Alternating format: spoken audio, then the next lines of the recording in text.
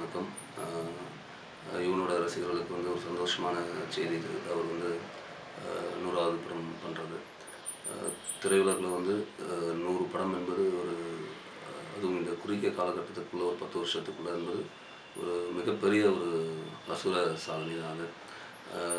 100 படங்களில் இன்றைக்கி அவர் வந்து கிட்டத்தட்ட ஒரு படத்துக்கு 6 பாடல்னாலும் ஒரு 600 பாடல்கள் வந்து கொடுத்துருக்காரு தமிழ் மக்களுக்கு. இவனை பொறுத்த வரைக்கும் நான் இவனுக்கு இருந்தது முதல்ல நந்தா ஒரு 1000 வினாய்க்கு ஒரு பாடல் தான். நேற்று திருமுழு படத்துக்கு பாட்டு இருந்தேன். ஆக இந்த 100 படங்களில் வந்து கிட்டத்தட்ட ஒரு 60 படங்கள் கிட்ட இருக்கு. நானும் அவங்க சேர்ந்து பண்ணிகிட்ருக்கோம். நல்ல நல்ல பாடல்கள் வந்து ரசிகர்கள் கொடுத்துருக்கோம்.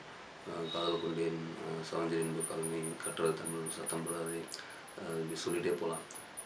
எல்லாம் காலத்தில் நிற்கிற பாடல்களாக இன்றைக்கு ரசிகர்களால் கொண்டாடப்பட்டு வருது.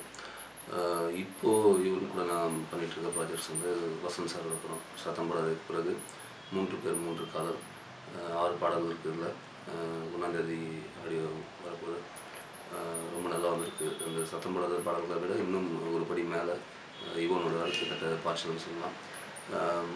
அந்த படத்துக்கு பிறகு சமர் விஷால் நடிக்கிற திரு இயக்கிற படம். இந்த படமும் நான் 3 பாடல்கள் எழுதியிருக்கேன். இந்த படத்தோட பாடல்கள் ரொம்ப நல்லா வந்திருக்கு. அதுக்கு தங்க மீன்கள் இவனுடைய திரை வாழ்க்கையில் மிக முக்கியமான ஒரு படமாக நான் வந்து கற்றத தமிழ் படத்தை கருதுகிறேன். அந்த கற்றத தமிழ் ராம் நண்பன் ராமோட எடுத்த படம் பார்த்துட்டேன். அதில் பாடல்கள் வந்து இவனுக்கு வந்து ஒரு மிகப்பெரிய ஒரு பேர் வாங்கி கொடுக்கும். தங்கமீனுக்கு பிறகு திருமுழு தொடர்ந்து அவரோட நிறைய படங்கள் பண்ணிகிட்ருக்கேன்.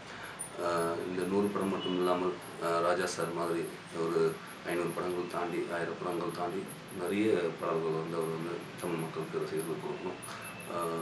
அவர் கூட நானும் அந்த பாடல்கள் மூலமாக வரிகள் மூலமாக ரசிகர்களுடைய இவனுடைய ரசிகர்களுடைய இதயங்கள் இடம் பிடிக்கணும்னு கேட்டுக்கிறேன். இவனுக்கு நிறைய வாழ்த்துக்கள்.